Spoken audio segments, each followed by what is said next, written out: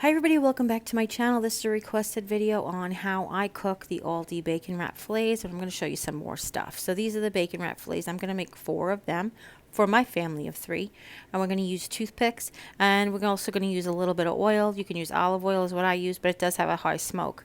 Then we're going to make mushrooms with it. We're going to saute mushrooms, and all you need is this is 8 ounces of white mushrooms and a little bit of onion, and that's a matter of personal preference. You're also going to use a tiny bit of butter or olive oil, again, your choice.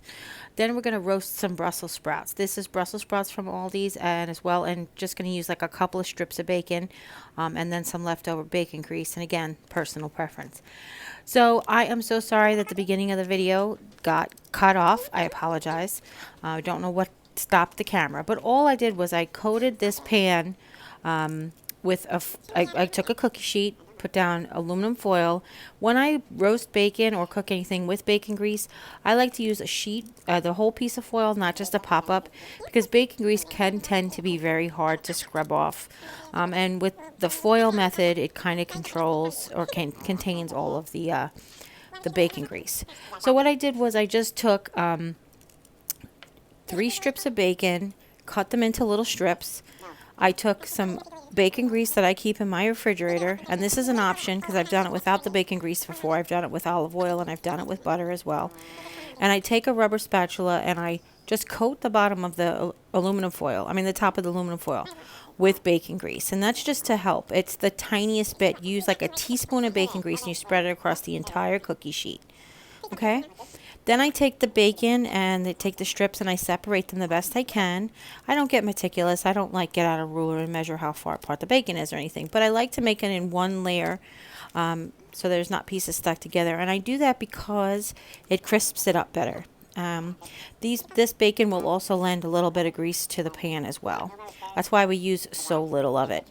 Now the bacon grease is completely optional. If you're a vegetarian and you want to just go the route of olive oil, you absolutely 100% can. If you want to use bacon bits, which are made out of soy, then you can add them at the end, and it'll still get that same texture of crunch and that little bit of salty smokiness that comes with the bacon. But what I'm doing with the Brussels sprouts is I'm just cutting off a clean end. Now these are cleaned. They're ready to go in the microwave from Aldi, but mine were purchased last week, so they started to get a little brown on the ends. But I just like to clean off the edges, and what it does is it removes any loose leaves that might burn. And then I split them each down the middle, and I lay cut side down on top of the bacon. Okay? And I do that for the entire bag. When it's a huge Brussels sprout like this, I'll actually cut it in quarters. I'll cut it in half, and then I'll cut each half in half so that they all roast evenly. If it's a really, really small Brussels sprout, I will just cut the stem off and put the whole Brussels sprout right on the pan. Okay? Now I keep all of my little scrappy bits, especially in the wintertime, for my little critters. We have rabbits, and we have squirrels and all kinds of little and deer that come to my property. So we go ahead and just sprinkle whatever cuttings out on the grass for the birds and the things and all the animals that are out there. Okay? So now you're just going to do this with the entire bag. I have jumped ahead, and I have not showed you I baked potatoes. I have 2 baked potatoes, 2 baked white potatoes. They're russet potatoes from the Aldi, and 1 sweet potato from Aldi. I've put them all on a cookie sheet with foil underneath them, and I've set them in a 350-degree oven. I did that an hour ago. So I'm not really teaching you guys how to make baked potatoes. So I didn't show you that part, but it's just part of this meal. Now, I did think this meal was a very romantic meal to make for somebody, so I kind of was leaning a little towards Valentine's Day, but it's a great anniversary meal, Sunday night dinner. Just anybody who loves steak would really, really love this meal. Okay? Now we're going to put them in that 350-degree oven. I'm going to put these on the bottom rack. The top rack has the baked potatoes in it, as you can see there. So after about 10 minutes, I'm just going to toss them around. Mostly just try to flip them over, but you don't really have to be precise about it. And then put them back in the oven to finish. And now we're going to work on the mushrooms. We're going to take a little bit of onion. Mom doesn't really care for onions to eat. She likes the way that they taste. So they either have to be so big that she could pick them out or so finely diced that they just melt away. So whenever I make mushrooms, I always do finely diced, melt away kind of onions, okay? And definitely I feel that the need for onions in the mushrooms, I don't know if it's just because that's the way I grew up, but they definitely add something. And you can see there's not very much onion, probably 2 tablespoons of finely diced onions. And these are mushrooms from ALDI. Sometimes they're really full of dirt and sometimes they're really clean. It really does depend on who picked them and, you know, not which one of us picked them from the grocery store, but who picked them off the farm. So all I do is I take a wet paper towel, couple actually, and I have them folded up, and I'm just wiping them off. You can rinse them under water, but they're like sponges and they really do soak up a lot of water when you do that. This way has always been successful for us, and I never have to worry about them, you know, being too slimy or cooking down and being mushy. They always have a really nice woody texture when we're done, okay? And I don't worry about just basically worry about the big chunks. All right, that's what I was trying to say. I don't get up in there and they're not like portobello mushrooms where you have to really clean out their veins and stuff. All right. And then once I have them all cleaned off, then I just take my paring knife, and I do prefer to do this with my paring knife, just because mushrooms can tend to be pretty small, and my paring knife is pretty sharp. So what I like to do is I like to cut off the end of the stem, because I do like stems. A lot of people don't like stems, and they'll just pop the whole stem off and just cut the mushroom caps up. But we do like stems here, so we just go ahead and cut off the very end of the stem, and then you'll see I slice a little slice, and then I create a flat end to turn my mushrooms down on. We're having a whole conversation back there. Sorry, guys. So what I do then is I slice a piece off the mushroom, like this. Ready? Boom. And then I turn that cut side down, and that helps me slice down into the mushrooms. If you're doing these for presentation, like if you're laying mushrooms on at the top of a dish that you want pretty mushrooms, just go ahead and put the cap down the best you can and slice straight slices. But when we're doing sauteed mushrooms, we just try to cut them into even pieces. Now, this is a great beginner cutting thing for little kids because mushrooms do cut very easy. Technically, you could cut this with a serrated butter knife probably so easily because mushrooms do cut so well. But it's just if someone's learning kitchen skills, starting with mushrooms is always a great place to start. Plus, it gets your kids to eat vegetables. That's not 100% guaranteed, but a lot of times kids who participate in the preparing of a meal are more likely to eat it.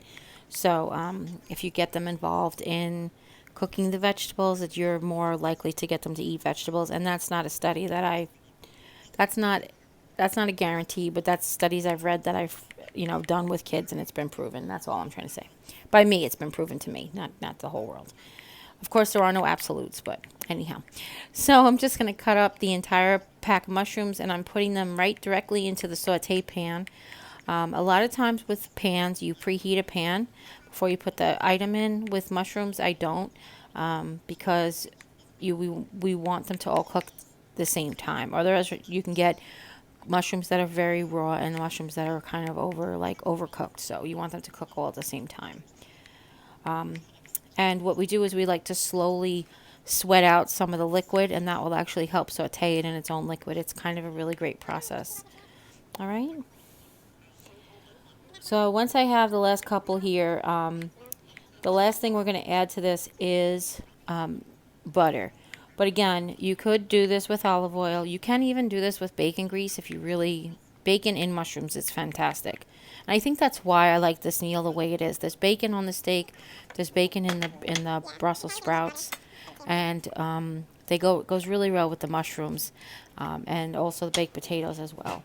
So this is about a half a stick of butter. It seems like a lot. It's a little less than a half a stick of butter. And it seems like a lot, but like I said, it does start to cook down a lot. And then you always want to salt whenever you saute mushrooms or onions, because what it does is it helps draw the liquid out. And like I said before, it'll saute in its own liquids. It'll get some beautiful color on your mushrooms. And this is after a few minutes. It says after about 3 to 5 minutes, depending on your stove and how hot your burner gets and stuff. You want to go ahead and give them a stir. And once they start to just get a little bit of like watery looking, then we lower the stove to medium low, and then we keep them covered and we go ahead and cook them down some more. All right, now we're going to put our big pan. This is a 10-inch skillet actually it's a 12-inch skillet on the burner on high. We're going to let that pan get hot while we go ahead and we open up and prep our steaks. Okay, so what I like to do is I like to take some paper towels. These fillets can be very bloody, and these fillets I always pull out 1/2 an hour at minimum before I'm going to prep them. Now I know what you're thinking. Room temperature meat is bacteria ridden, blah, blah, blah. But think about a really good steakhouse will have like aged dry beef. How I get a nice even cooking in this with these steaks is to get them up to room temperature the best I can. I don't leave them out for days, and I don't leave them out for hours. Just 30 minutes beforehand, okay? And because we do that, the reason I mention it now is because we do that, they will tend to have their blood come out more, because if they were cold, the blood would still be in the cells and stuff. All right, so they tend to be a little bit more bloody when you do this. Even with the medium rare, even with the rare ones that I make for Jimmy, I still do this room temperature.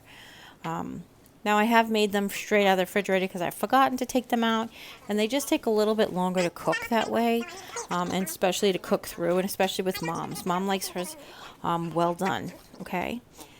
So what I do right now that I have them all undone is I'm trying to find the one that's the most tender.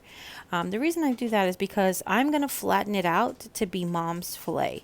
Now, if you've ever gone to a steakhouse and eaten meal with somebody who gets a well-done steak, and you've both gotten like the 6-ounce for example, you can tell sometimes that they have a really flat, long, like big steak, but you have a really tall, skinny steak. And the reason they do that is because they want them to all cook at the same time. So they do is they flatten out the well-done steak, or use a cut that's very flat. And that's what I like to do here. I like to find which one I'm going to make for her, flatten it out, and then I like to rewrap the bacon. I rewrap the bacon on Mom's, and then any one that's got the bacon like totally covering the meat or totally falling off. And then what we do is we stick them with toothpicks. I make sure the toothpick, at least one end is always sticking out so that you can pull it out when you get your meal. But I like to do is I go through the bacon ends and as well as the piece of the filet. All right? And it was so funny. I said to Jimmy, this is me saying to Jimmy right now, how many times have we made this steak? And I cannot believe these ones are giving me such a hard time today. But it happens. It happens sometimes, Now, once I have them all completely blotted dry, and you guys know about, like, Julia Childs, you make sure you dry your beef to get it to brown. Yeah, that's a real thing. So, just when I'm getting ready to start cooking them, I raise the temperature of the oven to 375.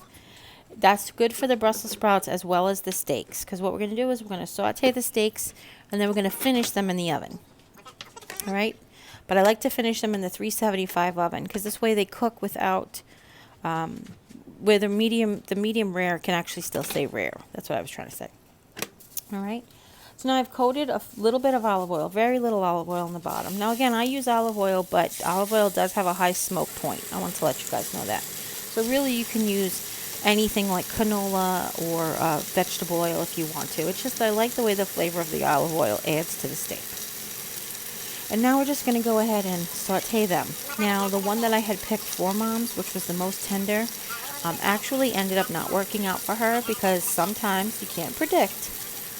This one actually, the way that the meat pulled in and up. So her nice flat steak that I made nice and flat ended up being a tall and little tiny medallion kind of a steak. But it worked out that I had one that actually stayed flat for her, and we went ahead and we cooked that one to well done. All right. So what we do is we make all 4 of them, even though there's just 3 of us. What we do is we leave one left over for like a leftover night. We have what we call at our house fend for yourself kind of nights, which is basically leftovers or pull something out of the freezer or however you're feeling, like you want to make a sandwich that night for dinner, that kind of thing. But what I like to do is I like to make the 4th steak. I like to make it also rare because when you reheat it, it will continue to cook, and you want to make sure that it's not overdone, tough, and rubbery. Okay? So now I've turned them all over. I'm trying to get good color that when they loosen from the pan, then it's ready to for them to turn over. That's when I turn them over. So they've got good color on the top. I let them saute for a few minutes on the bottom to get good color on the bottom, and then they go in the oven. Now, if you've ever put a pan in the oven, you have got to make sure you're careful to use your pot holder. That handle that was cool a few minutes ago will get super hot in the oven, okay? So now it's time for the Brussels sprouts to come out, and as well as for 3 of the steaks that are going to stay rare, okay? Jimmy's, mine, and then we'll leave one in there for Mom. It's always important to let your meat rest anyway, so the juices get redistributed throughout the meat. So what I do is I put them on a cookie sheet, I test them, and then I cover them with foil. Now you guys know that the meat done this test, you use your fingers. Basically what you do is the meaty part of your finger that's right under your thumb. When you touch your index finger, that is very soft, and that is how you test it's rare. When you touch your middle finger to your thumb, you test that meaty part, and it's medium rare. When you touch your ring finger to that meaty part, it's medium well. And then when you touch your pinky to that finger, you touch that meaty part, and it's nice and stiff, and that's how you can tell that it's well done. It's a tried and true technique that they use in the restaurant industry as well. So now you guys are going to get a bonus recipe, because when I went to the refrigerator to get out the steak sauce because we were ready to serve dinner, there wasn't any. So this is my dad's famous restaurant style steak sauce. What it is equal parts butter and ketchup and Worcestershire to taste. I know that sounds crazy, but what we do is we put this is a quarter cup of butter in the pan. As it starts to melt, we add a quarter cup of ketchup. And then we wait till it cooks down, give it a stir. Once the butter is melted, then we add Worcestershire. Now, depending on who's eating it, it depends on how much Worcestershire we like. Some people like theirs a little sweeter on the ketchupy side. Some like theirs a little richer on the buttery side. But we like ours balanced pretty well. So, you like to look for a color that's sort of like cream of mushroom soup before you add your Worcestershire, okay? Worcestershire. What's this here sauce? No. And then you get your husband to taste it so that he can tell you if it needs more Worcestershire sauce. And he said, yes, it does. And then as soon as it starts to bubble, it's done. And it's a very quick, like I said, it's a very quick sauce. We use this for London broil tidbits, thumb bits. We've made this in the past. But pretty much it's the steak sauce we grew up on because we couldn't afford A1. And there was no really generic A1 back then. No, here's where you taste your husband. Your husband tests it and he says, yeah, it needs more Worcestershire. That's right, the first one I tested. And since that's the end of the Worcestershire, that's all it's getting. But it ended up turning out really good. But like I said, different people like different combinations. And I say different people, I mean like my brothers and sisters when they make it. You know, some like it tartar, some like it sweeter, some like it richer, some like it saltier or whatever, you know. And now, again, make sure you keep your pot holder on that handle because that's to indicate to everybody in the kitchen that that is a hot handle. There you go. And this is how you test it. That's the meaty part of your hand. And I'm showing you that Mom's is well done. We poked it, and it's nice and done. But we're still going to let hers rest on the side. And then we're going to plate the sauce and plate all the food, and then we're going to go eat. I just put it in a bowl with a spoon. That's how we've always had it when we were growing up. So I hope you guys really enjoyed this. If you do test out any of these recipes, I'd love to hear your comments. I really want to hear how you like whatever. And if you have any success with the steaks or the Brussels sprouts or the potatoes. My sweet potato has, I make Splenda cinnamon sugar that I put on my sweet potato with some butter. And then I keep my steak whole. Sally, I wanted to show you how Sally's well done steak came out there. And Jimmy likes that sour cream, Southwestern sour cream dip on his baked potato. And that's everything. So if you have any questions, please leave them in the comments down below. Don't forget to share with friends and family, anybody who might be interested in learning how to make any of these recipes. And if you haven't yet, click subscribe. And when you do, a little bell will pop up. When you ring that bell, YouTube will let you know whenever I upload a new video. And don't forget to head over to the vlog and the vlog channel and check out what we have going on. All right. And as always, you take care. God bless. And we'll see you next time. Bye.